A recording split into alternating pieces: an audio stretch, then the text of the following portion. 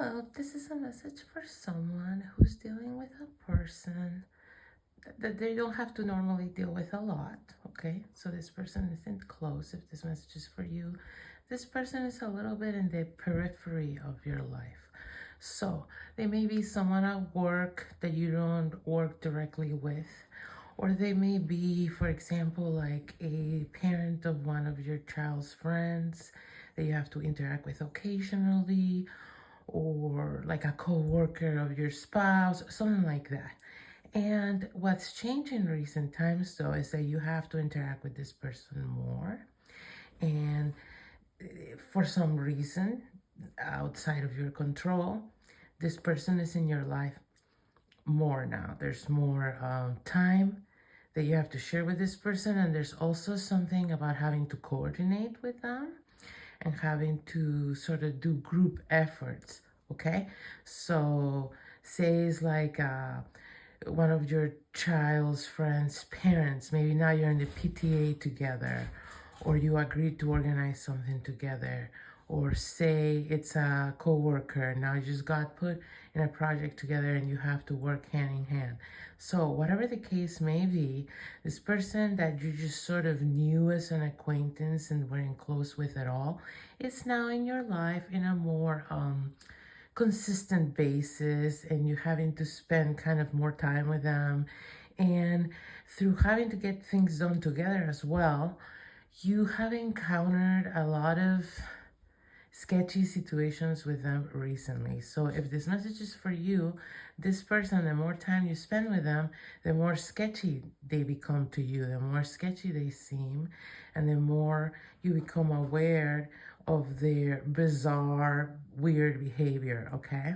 And what has become clear to you, if this message is for you in the very recent past, through these experiences you had with this person, is that you may be dealing with here someone with some kind of personality disorder. And now, I'm not a therapist, I'm not a psychologist, I'm not a psychiatrist, and if you aren't either of those things either, I highly encourage not making any diagnostics. We're not qualified, and so I'm not trying to do that, and you shouldn't try to do that either. But if you have to deal with a person, it's normal that you would pick up on this chaotic behaviors, in problematic dynamics, and in their, erratic modus operandi, let's call it that way, okay? And so you might have picked up on that, and without needing to diagnose anybody, what you're coming to realize is that you're not dealing with a typical person, and your approach that you would use with anyone else is probably not going to work with this person. But also, you're sort of feeling like you have a bit of a mess in your hands, because this person feels kind of erratic is the energy I'm getting. Erratic, chaotic, very emotionally volatile. This person can get hostile really quickly, seemingly out of nowhere. And what you need to understand, if you're dealing with someone with a personality disorder and not just, more typical mental health problems like anxiety or depression, is that people with personality disorders are often not aware that that's what they're dealing with. And to them, they're just coping with reality to the best of their abilities. And, oftentimes it's as much of a challenge for them as it is for everyone else around them to deal with them. And it's usually their lack of awareness of their own condition that, makes for problematic situations with others. Because once they gain awareness, if they ever do, of these conditions, then they can, be more sensible to how it affects others, and how they show up in the world. And even maybe sometimes people become aware and they communicate that, and they're like, I have borderline personality disorder, so I struggle with this. And sorry if I had outbursts, things like that, right? But you're dealing with a person that's lacking awareness, and you yourself, I'm getting that for most people, this message is for you are not a qualified professional to diagnose this or even know what to do about a person like this. But what you can understand though is that people like this, they suffer a lot, okay? They don't know how to regulate their own moods and their own nervous system in effective ways.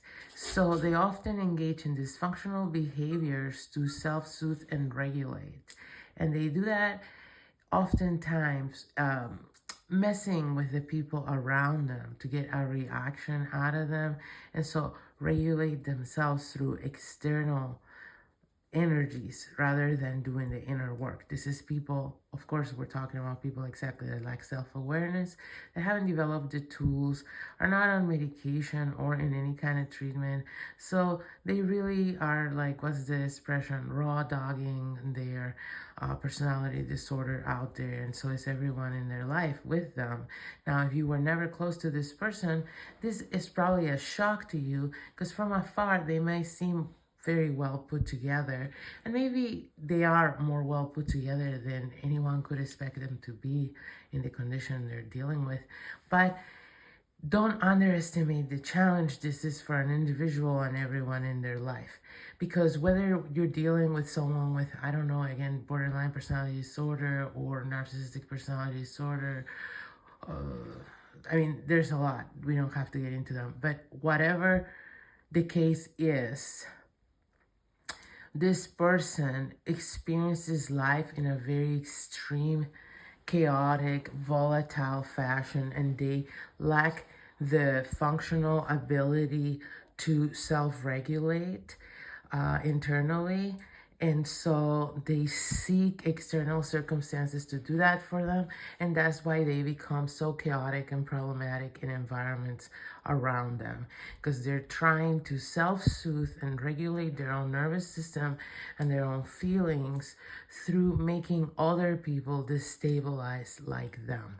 So if you're dealing with this person, you will find that often when they are feeling chaotic or out of control, they'll do whatever they can to make everyone else feel just as, if not more, chaotic and out of control.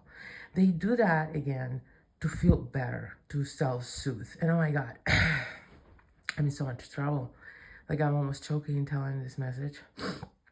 And I tried 3 times to record this message.